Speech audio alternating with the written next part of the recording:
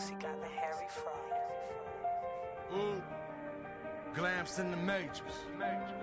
Your life turned to flipping pages. All the real talent behind them cages. And we're back for Week 12 free picks brought to you by Overtime Live Sports Bet Radio. Thank you guys for tuning in. Make sure you hit that like and subscribe button. Coming off of a pretty brutal week where we missed 5 games. So first we're going to get into those 5 losses before we jump into Week 12 free picks.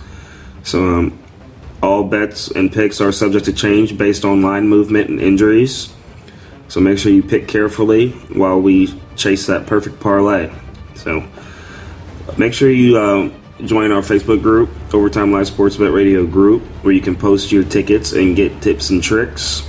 And check out our sponsors at TeamSpadesPoker.com and GilbertYoungArt.com. So we're going to kick it off with our Week 11 losses. We missed 5 out of the 13 games. The first game we missed was the Buffalo game. They just didn't cover the spread. They were giving up 7.5. Couldn't get it done. We missed the Giants game. Jared Goff threw 0 interceptions, 0 touchdowns, and managed to beat the Giants. Daniel Jones threw 2 interceptions and led the team in rushing, which is always a bad sign.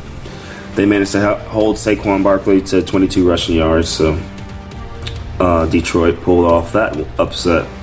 We had Baltimore minus 14. It's hard to cover 14 when you score 13 points. We knew Baker Mayfield would come out there and choke, and he did. Came out 0 touchdowns, 2 interceptions, but it's hard to cover that with a final score of 13-3. We took Houston for our big upset of the week, and Washington kicked 3 field goals and a pick 6 and managed to beat them. Mills had 2 interceptions, and Heineke won the starting job in this game. So that was a big game for us. And we missed the last game we missed was Arizona +8 Monday night game. Backup quarterback came in. San Francisco just played a perfect game, and Garoppolo threw 4 touchdowns. So they blew them out. 8 points wasn't enough to cover that spread, so we ended up missing 5 out of 13 games. So we're going to jump into Week 12.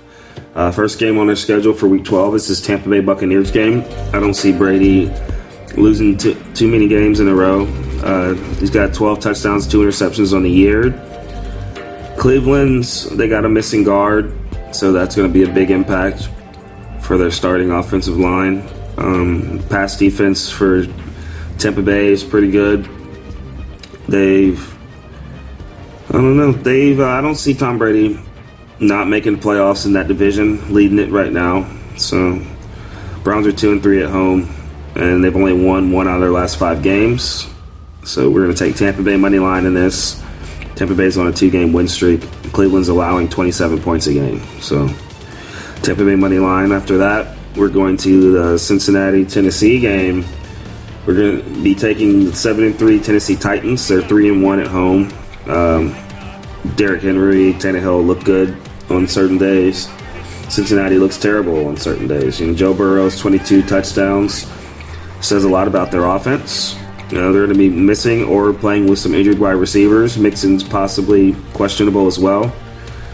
Tennessee scoring and allowing 18 points a game. The allowing 18 points is pretty good. The scoring they got to work on. But Cincinnati is 7-3 against the spread. So with them giving up these 3 points as a favorite, we're going to take Tennessee and take the points. Cincinnati's averaging 95 rushing yards per game. Mixon's been held in check for the majority of the season. And Tennessee's only allowing 82 yards. So Tennessee defense is pretty good. Cincinnati's won 4 out of their last 5. Tennessee's won 4 out of their last 5. So I would approach this game carefully. The spread's going to be moving up until kickoff, but we're going to run with Tennessee. Either take a money line if they turn into favorites or take whatever points are available. After that, we have the Miami Dolphins going to Houston, the worst team in the league. Miami's going to be giving up 2 full touchdowns at this moment. Obviously, Tyreek Hill and Jalen Waddle will be playing, so I expect Miami to be able to cover this. Tennessee Texans are giving up a lot of yards. Miami's on this 4-game win streak. Tennessee's won 4 out of their last 5. So With the spread being 14, I'd probably sell a few points, try to get that a lot smaller, maybe like 10 would be great. Both teams are averaging about 90 rushing yards per game, so they're not running the ball well, but Miami is 4-1 at home. Houston's 178 passing yards allowed rushing yards allowed, is astronomical. It's going to be a definite impact in this game. If Miami ever did have a running game, I think you're going to see it in this matchup. So we're going to take Miami and give up as a few points as possible and see if they can get that done at home. After that, we're going to the Bears game. Chicago Bears 3-8 going to the 6-4 Jets. Obviously, the Jets have a hard time covering spreads, but with Zach Wilson, they could easily lose this game to the Bears. Bears have been playing fairly good lately. Fields actually has a shoulder injury, so we don't know how that's going to impact him.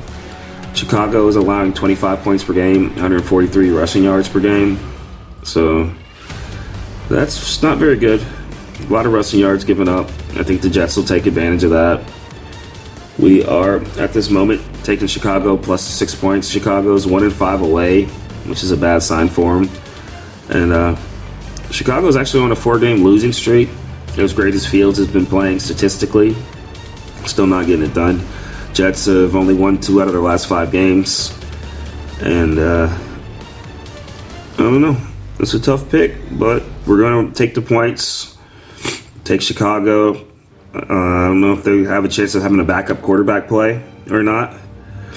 But we know Zach Wilson's terrible. If he plays, they have a good chance of blowing this opportunity. It's a tough cover, almost a full touchdown. So we're going to rock with Chicago.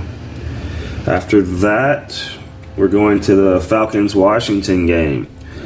We're taking Washington money line. Commanders have been winning lately. Obviously, they got a new quarterback in position. They're 6-4 against the spread, which is pretty good as far as covering it as favorites or coming in as underdogs. Right now, they're 4-point favorites in this game, scoring 229 passing yards per game and only allowing 100 rushing yards per game, 103 rushing yards per game. So we're gonna roll with the Washington Commanders and try to money line that. It's at 4 now, so it's getting a little out of hand. Maybe we could buy some points and get that down.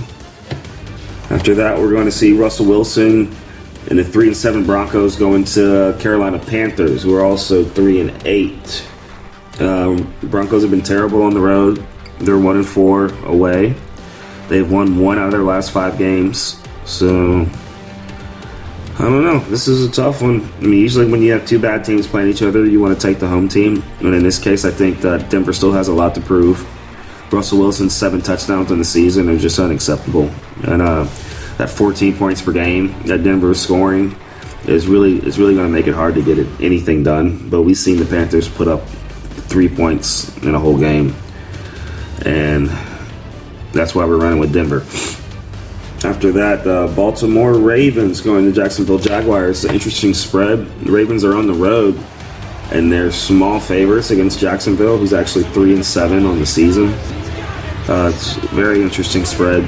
Ravens are down 2 strong safeties. Baltimore is actually 4-5 against the spread, so they have a hard time covering spreads sometimes. But they are scoring 25 points per game, only allowing 19 points and 85 rushing yards. Pretty good defense. Baltimore's won 4 out of their last 5 games, and Jacksonville's only won 1 out of their last 5. So I don't know why this spread's so small. Obviously, Baltimore money line looks like a lock for me. After that, San Diego Chargers going to the Arizona Cardinals. For this game, we're going to be taking the Los Angeles Chargers. And I guess we can give up the points. Right now, it's only at -3. It opened up at -5.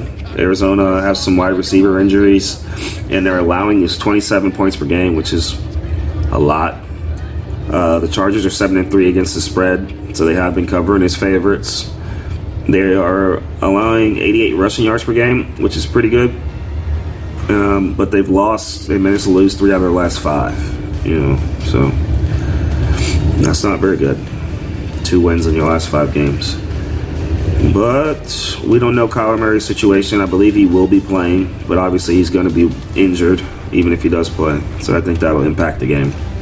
We're going to run with the Chargers. They're healthy. They're trying to get their wide receivers back. I think Mike Williams is actually going to be out with a re-injury from trying to force him back too early. But they got Austin Eckler. You saw Keelan Allen show out in that last game, so I'm confident in the Chargers for this one. After that, we are going to see the Raiders going to the Seahawks. 3-7 Raiders going to the 6-4 Seahawks. Seahawks are great at home, 3-1 on their home field. They're coming off of a bye week also, which will give them some rest. Both teams have similar points per game and allowed points, but Seattle's only lost one out of their last 5 games. Las Vegas barely beat Denver, which says a lot. Obviously, the Raiders have some problems. Although talent-wise, they look like they could beat anybody in the league. But obviously, coaching or other circumstances are affecting the outcomes. So we're going to be taking Seattle Seahawks in that one. And it's at -4. We're going to try to money line it or by some points. After that, we see the Los Angeles Rams going to the Chiefs. We got the Rams plus the 15. It just seems like too much. Chiefs are 4-1 at home, which definitely helps them. It's actually grown to 15.5 points. I think Stafford's playing. I'm not really sure. Obviously, Cup's out for the season. I don't really think it matters who plays. You just have to find a way to put up some points. Obviously, Kansas City still giving up a ton of passing yards. The Rams are 2-7 against the spread, which is terrible. So everything points to us should be taking Kansas City in this. Rams have only won 1 out of their last 5. Kansas City's only lost 1 out of their last 5. Kansas City will be playing without Schuster or Tony or Hilaire. And, the Los Angeles Rams don't have a leading rusher. They're actually averaging 76 rushing yards per game, which is terrible. So Kansas City's 30 points per game is going to be hard to top. 326 passing yards per game is what they're averaging. Obviously, it's got to have something to do with McVay's coaching because they just have a trouble even moving down the field. But for this game, I think the 15 points is going to be enough. We're going to take Rams plus 15. Next, we have the Saints 49ers. 6-4 49ers at home. They're actually 3-1 at home. Keep bouncing back and forth with this. We ended up deciding to go with the New Orleans plus the 10 points. It's actually moved down to 9 now. 49ers at home is going to be a big impact on this. They're only allowing 17 points per game, 81 rushing yards, great defense. 3-game win streak 49ers are on, 5-5 against the spread. So they're a pretty good team against the spread. But New Orleans has only won 2 out of their last 5, and they're allowing 130 rushing yards. So we'll see how that impacts the game. We don't know. A lot of questionable players. We have Debo questionable, Kamara, Landry, Ingram, obviously, all questionable. I assume Jameis Winston's still out, whatever his back problem is. So for this one, we're going to take the Saints. I hate betting on Andy Dalton. It seems like a lot of points. And it's going to be tough for them on the road because they're 1-3 away. So we got to go with the 49ers. We're going to flip that. We're going to take the 49ers, give up the 10 points. I see the 49ers coming in, blowing them out. Shutting them down defensively, probably holding them to less than 7 points scored. So we're running with the 49ers minus 10 for that one. After that, the Green Bay Packers and Aaron Rodgers are traveling to Philadelphia to face the best ranked team in the league. Philadelphia Eagles are actually 4-1 at home. And they're giving up 7 points in this game at this moment. Green Bay's only won 1 out of their last 5 games. They're 4-7 against the spread. So for this one, we are going to take Philly and give up the points. Green Bay's terrible on the road. They're only 1-4 on the season. Philly's averaging, allowing 18 points a game. Green Bay already has a problem scoring, and now they're down up to 3 wide receivers and possibly Aaron Jones. Philadelphia's maybe without A.J. Brown and Devontae Smith, but I think that Jalen Hurts can get it done by himself. So I'm going to take Philly and give up points for that one. And then we move to our last game on the schedule. Is a Monday night game. Steelers going to the Colts. I guess we're going to take Indianapolis at home. This is a good time to take the worst home team and money line it. Pittsburgh allows 283 passing yards a game, which is pretty high, and 25 points per game. So if they allow that to Indianapolis, they will get beat. Although Indy's only won one out of their last 5 games. Matt Ryan's back. He's got 10 interceptions on the year, but I mean, I think this could be an opportunity for him to have a big game. So we're going to take the Indianapolis Colts for that. My locks of the week, I love the Seattle game. Tyler Lockett just passed Doug Baldwin for yards in the Seattle Seahawks franchise. Walker III is leading all rookies in rushing. And even Woolen, their cornerback, broke the record for interceptions by a rookie for Seattle. So obviously the emergence of Geno Smith, they still have DK Metcalf. Everything's clicking for them. It's a great home team. And I think that Seattle's going to not only win this game, but have a great season and playoff run. The other lock, I like it. I love that Baltimore moneyline game. And I like the Tampa Bay game, too. Going into Cleveland, I think Tampa Bay is going to get that done. So that's my 3 game for this weekend. So thank you guys for tuning in. Make sure you like and subscribe. And check out last week's video. We went undefeated on Turkey Day to start off week 12, and tune in next week. We're going to cover our losses from this week if there are any, and give you our picks for week 13.